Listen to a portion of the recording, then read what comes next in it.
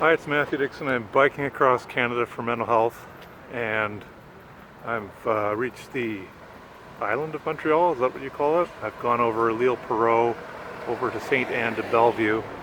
This is Rue Sainte-Anne, I believe, and it eventually turns into the Lakeshore Drive.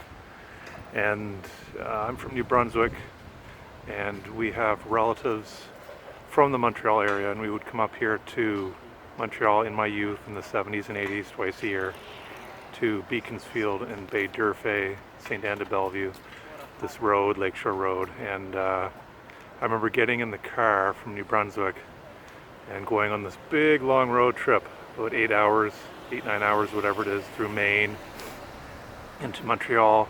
And I remember it being so far, that was the furthest road trips we take regularly. We did go to Toronto and Guelph before, flew down to Florida before, but mostly to Montreal once or twice a year. And it just seemed so far. I loved road trips, look forward to, oh, we're going to Montreal, yay, it was so much fun. And anyway, the first time I bicycled across Canada, I wasn't really thinking about it. I knew we'd be in Montreal by the end of the day we biked to Montreal, leaving from Hudson, Quebec.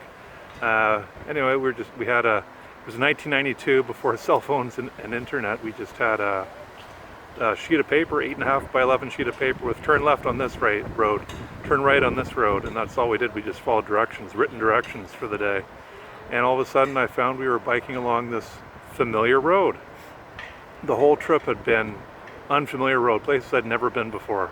And all of a sudden I was on a very familiar road, and coming from such a vast distance from Vancouver to another place far away that was in itself so far away from home, going the other way from the east, it was a neat feeling to have biked there. And anyway, I'm here again. 1992 to 2023, 31 years later, I'm doing it all over again. I just came from this way. I just got onto Rue Sainte-Anne after the bridge from L'Île Perrot. I'm headed that way.